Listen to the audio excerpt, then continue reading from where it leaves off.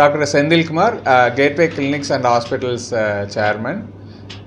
இந்த மீட் எதுக்குன்னா, இப்போ வந்து 2 days ஒரு கான்ஃபரன்ஸ் நடந்துகிட்ருக்கு கோயம்புத்தூரில்.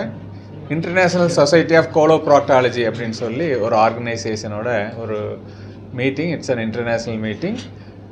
இதில் வந்து ஒரு 170 surgeons from India and abroad எல்லாருமே வந்திருக்காங்க. இந்த மீட்டிங்கில் எதை பற்றி நம்ம மெயினாக ஃபோக்கஸ் பண்ணியிருக்கோம் அப்படின்னா, நம்ம காமனாக இருக்கக்கூடிய பைல்ஸ், ஃபிஸ்டுலா இந்த மாதிரியான பிரச்சனைகள் நிறைய பேருக்கு இருக்குது.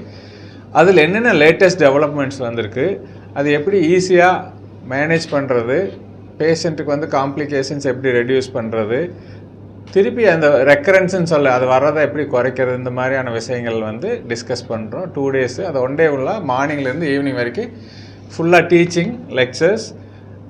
ஈவினிங்க்கு அப்புறம் வந்து அதில் வந்து 60 பேர் வந்து எக்ஸாம் போகிறாங்க. They will go for an exam. அதை முடிச்சுட்டு அவங்களுக்கு வந்து ஒரு ஃபெல்லோஷிப் கொடுப்பாங்க. வர்ற ஏப்ரலில் கொச்சினில் நடக்கக்கூடிய கான்ஃபரன்ஸில் வந்து ஒரு ஃபெல்லோஷிப் கொடுப்பாங்க. ஸோ மார்னிங் டு ஈவினிங் கண்டினியூஸாக இது பைல்ஸ், ஃபிஸ்டுலா பற்றி மட்டுமே லெக்சர்ஸ் இருக்கும். அப்புறம் நைட்டு வந்து எக்ஸாம். மார்னிங் எகைன் அவங்கள கூப்பிட்டு இண்டிவிஜுவலாக கூப்பிட்டு அவங்க ஓரல்ஸ்ன்னு சொல்லுவாங்க, இன்டர்வியூ மாதிரி அவங்கள பற்றி அவங்களோட நாலேஜை வந்து டெஸ்ட் பண்ணிவிட்டு அவங்களுக்கு ஒரு ஃபெல்லோஷிப் கொடுப்பாங்க. இன்றைக்கி ஃபுல்லாக பார்த்திங்கன்னா நிறைய புவர் பேஷண்ட்ஸை செலக்ட் பண்ணி ஒரு 15 பேரை செலக்ட் பண்ணி அவங்களுக்கு வந்து பைல்ஸ், ஃபிஸ்டுலா இதெல்லாம் லேசர் ட்ரீட்மெண்ட்டு இந்த மாதிரி லேட்டஸ்ட்டாக நிறையா வந்திருக்கு. அதை வந்து எப்படி சேஃபாக பண்ணணும், ஒரு லேசர் ட்ரீட்மெண்ட்லேருந்து ஆரம்பித்த பைல்ஸ்லேருந்து ஃபிஸ்டுலா அது எல்லாத்துக்கு எப்படி ஒரு சேஃபாக ட்ரீட்மெண்ட் கொடுக்கறது, எப்படி how to reduce complications, how to reduce recurrence rate, இந்த மாதிரியான விஷயங்களை வந்து லைவாகவே இன்டர்நேஷ்னல் லெவல்லேருந்து நேஷ்னல் லெவல்லேருந்து பைல்ஸ், ஃபிஸ்டுலா ஃபேக்கல்ட்டிஸ் வந்து லைவாக சர்ஜரி கேட்வே ஹாஸ்பிட்டல்லேருந்து பண்ணுறாங்க. அது வந்து நிறைய பேருக்கு ஹால்லேயும் வெளி ஹால் தவிர நேஷ்னல் லெவலில் வந்து லைவாக போயிட்டுருக்கு. அதில் வந்து ஏதாவது சந்தேகங்கள் இருந்ததுன்னா அப்போவே நாங்கள் கேட்டு ஆப்ரேட்டிங் சர்ஜன்ஸ்கிட்ட கேட்டு கிளியர் பண்ணிக்கலாம். அந்த டெக்னிக்கில் ஏதாவது டிஃபிகல்ட்டி இருக்கா, சந்தேகம் இருக்கான்னா நாலேஜ் ஷேரிங் மாதிரி இதை கேன் ஹேவ் டிஸ்கஷன். அது பண்ணும்போது இந்த நியூஸ் வந்து மோர் அண்ட் மோர் சர்ஜன்ஸ்க்கு ரீச் ஆகும்போது இட் வில் கெட் என்ன சொல்கிறது, நிறைய பேருக்கு பெனிஃபிட் வந்து அதிகப்படுத்த முடியும். ஸோ ஐடியா ஆஃப் டீச்சிங் வந்து to teach more number of surgeons so that it will reach all the centers including periphery. அதில் வந்து எல்லா பேஷண்ட்ஸுக்கு நம்ம வந்து பெனிஃபிட்டாக கொண்டு வர முடியும். அதுக்காக தான் அந்த ப்ரோக்ராம் வந்து கண்டக்ட் பண்ணிகிட்ருக்கோம். வேறு ஏதாவது டவுட்? இப்போதைக்கு அவைலபிள் பெஸ்ட் ட்ரீட்மெண்ட்டுன்னு பார்த்தா ஒவ்வொன்றுக்கு என்னென்ன இருக்கோ, ஃபார் எக்ஸாம்பிள் பைல்ஸில் வந்து நிறைய ஸ்டேப்லர்னு இருக்குது, லேசர் இருக்குது, இந்த மாதிரியான நிறைய ட்ரீட்மெண்ட் வந்து வந்திருக்கு லேட்டஸ்ட்டாக. அதை வந்து எல்லாருமே வந்து ப்ராக்டிஸ் பண்ணுறதில்ல, எல்லாம் கன்வென்ஷனலாக தான் நிறைய பேர் பண்ணுறாங்க. ஸோ அதை வந்து நம்ம இந்த மாதிரி டீச்சிங் ஃபாரமில் வச்சு டீச் பண்ணும்போது அவங்க அதை அடாப்ட் பண்ணாங்கன்னா பேஷண்ட்ஸ்க்கு வந்து பெனிஃபிட் ஆகும். இப்போ நிறைய இப்போ currently available latest treatment for piles, fistula எல்லாமே இப்போ வந்து ஷோகேஸ் பண்ணியிருக்கோம். இப்போ லைவாகவும் காமிச்சிருக்கோம்.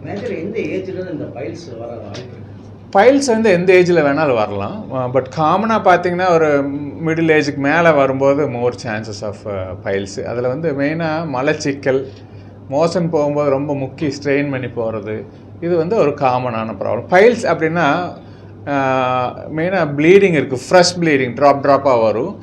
அது பெயின்லெஸ்ஸாக இருக்கும். வலி இல்லாமல் ப்ளீடிங் வந்துன்னா மோஸ்ட்லி அது பைல்ஸாக தான் இருக்கும். வலியோட ப்ளீடிங் வந்துன்னா மோஸ்ட்லி அது ஃபிஷர்னு சொல்லுவோம், ஆசனவாய் வெடிப்பு.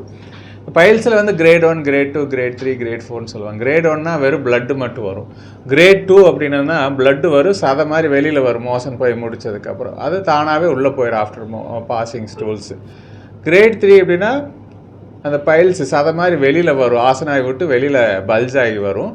அப்போ நம்ம பிடிச்சி உள்ளே தள்ளுனா தான் உள்ளே போகும். அது வந்து கிரேட் 3 பைல்ஸ். கிரேட் 4 பைல்ஸ் அப்படின்னா வெளியில் வந்து அந்த பைல்ஸ் வந்து சதை மாதிரி ஆசனாகி விட்டு வெளியில் வந்ததுக்கப்புறம் உள்ளே போகாது, அப்படியே வெளியிலேயே நின்றுக்கும். அது வந்து கிரேட் 4 பைல்ஸ்.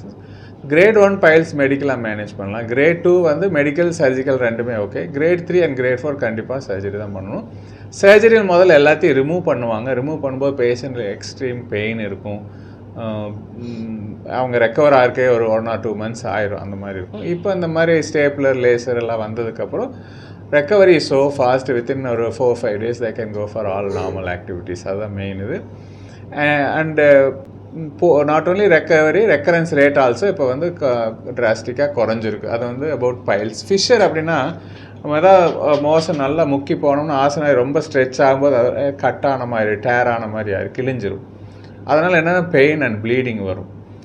ஸோ அது வந்து ஃபிஷர். ஃபிஸ்டுலா அப்படிங்கிறது ஆசனாய் சுற்றி ஏனல் கிளான்ஸ்னு இருக்குது. அதாவது இன்டர்னல் ஸ்ஃபிங்க்டர், எக்ஸ்டர்னல் ஸ்ஃபிங்க்டர் 2 சதை இருக்கும். அந்த 2 சதைக்கு நடுவில் ஒரு கிளாண்ட் இருக்குது. ஒரு வியர்வை சுரப்பி மாதிரி ஒரு ஆயில் செக்ரேட் பண்ணுற ஒரு சுரப்பி இருக்கும். அதில் ஏதாவது சீ பிடிச்சுன்னா அந்த சீயானது பரவ ஆரம்பிக்கும். அது வந்து பௌத்திரம்னு சொல்லுவாங்க தமிழில். ஸோ ஒரு சின்ன ஒரு ஆசனாயை சுற்றி சீல் பிடிச்சிக்கும்.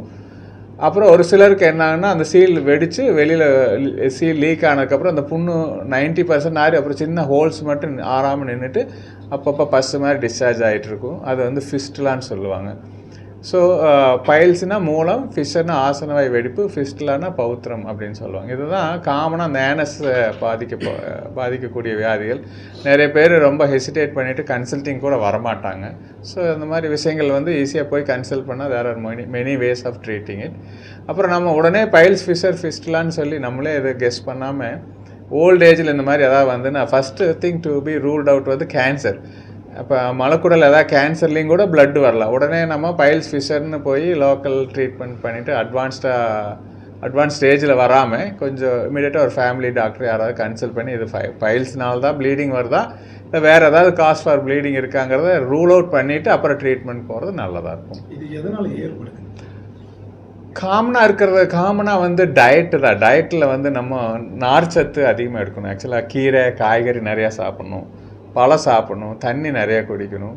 அப்புறம் மோஷன் போகணுங்கிற அந்த ஃபஸ்ட்டு சென்சேஷன் வரும் இல்லையா. இப்போ நம்ம ஏதோ ஒரு வேலையில் இருப்போம், மோஷன் வர ஃபஸ்ட் சென்சேஷன் டு பாஸ் டூல்ஸ்ன்னு சொல்லுவாங்க. அதை வந்து இக்னோர் பண்ணிவிட்டு சரி அப்புறம் போகலான்னு தள்ளி போட்டோம்னா அந்த அதில் இருக்கிற வாட்டர்லாம் அப்சார்ப் ஆகி கெட்டி ஆயிடும். அப்புறம் அடுத்த சென்சேஷன் வர கொஞ்சம் டைம் எடுக்கும். அது வரைக்கும் வெயிட் பண்ணும்போது இன்னும் மோஷன் ஹார்டாயிடும். அப்போ அது ஹார்டானதை வந்து நல்லா முக்கி போகும்போது அந்த ஆசனாயில் பைல்ஸ், ஃபிஷர் எல்லாம் வரலாம்.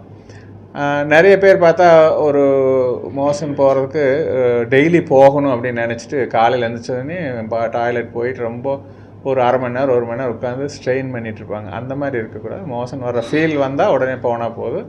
சும்மா வராமல் போய் இது பண்ணுங்க. முடிஞ்ச இந்தியன் டாய்லெட்ஸ் வந்து பெட்டராக இருக்குன்னு சொல்லுவாங்க, வெஸ்டர்ன் டாய்லெட் கூட அந்த மாதிரி இருக்குது. அப்புறம் வந்து மெயினாக வந்து ஒரு சிலர் வந்து டெய்லி போயே ஆகணும் அப்படின்னு ஒரு சிலருக்கு ஒரு நாளைக்கு 1 தடவை போகும், ஒரு சிலருக்கு ஒரு நாளைக்கு 2 தடவை 3 தடவை போகும், ஒரு சிலருக்கு வீக்லியே 2 தடவை 3 தடவை தான் போகலாம். இந்த மாதிரி நிறைய வேரியேஷன்ஸ் இருக்குது. நம்ம என்ன ஃப்ரீக்வன்சியில் போகிறோமோ அந்த ஃப்ரீக்வன்சி கரெக்டாக வந்துட்டு இருந்தால் இட்ஸ் ஓகே.